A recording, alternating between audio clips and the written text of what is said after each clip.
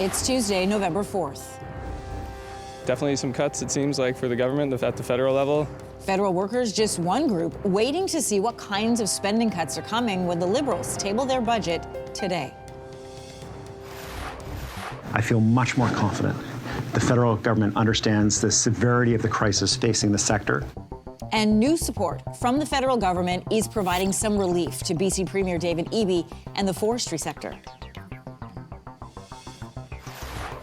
Been a huge mess overall. Pharmacies in Alberta say they're struggling to keep up with demand for the COVID-19 vaccine because of limited supply. Stay with us, Canada. Your morning starts right now.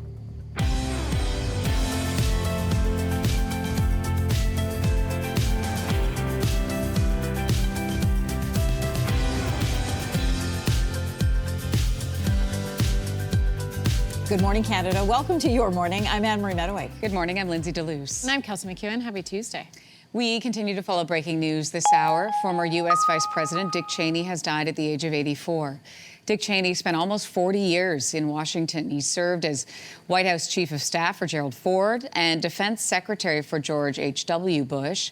From 2001 to 2009, he was Vice President under former President George W. Bush.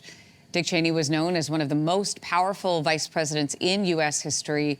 In a statement, the Cheney family says he died due to complications of pneumonia and cardiac and vascular disease.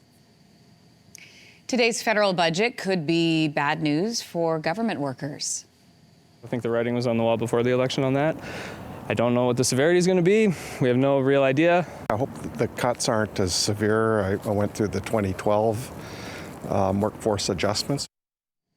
The Liberals have been selling their budget as a mix of investment and austerity. Austerity could come in the form of job cuts to the public sector. Finance Minister François-Philippe Champagne has already said the civil service needs to be brought back to a sustainable level. The minority Liberals will need help from one of the opposition parties to pass the plan. And CTV News will have special coverage of the federal budget, hosted by Chief Anchor and Senior Editor Omar Sachedina and Chief Political Correspondent Vashi Kapelos. Coverage starts at 4 p.m. Eastern, that is 1 p.m. Pacific, on CTV News Channel, ctvnews.ca, and BNN Bloomberg. BC Premier David Eby says he finally feels heard by Ottawa after a high-profile meeting dubbed the Softwood Summit.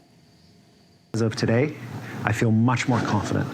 The federal government understands the severity of the crisis facing the sector.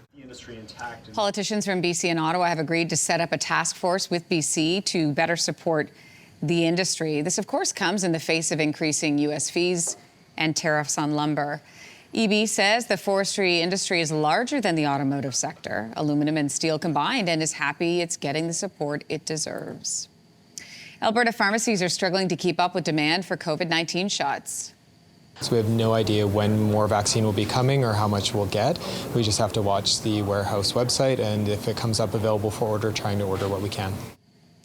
More people than expected want the vaccine this year, leading to long wait times. Most Albertans have to pay at least $100 for the shot, except those considered high risk. That includes healthcare workers. Albertans can also go to public health clinics to pay for their shot. Ontario's ban on speed cameras has now become law. So this bill, which passed through the legislature last week, has received royal assent. Ontario Premier Doug Ford says measures like speed bumps, roundabouts, and signs with flashing lights are more effective. Tickets, though, keep in mind, from speed cameras can still be issued until November the 14th. A sure sign of the holiday season has arrived in Toronto.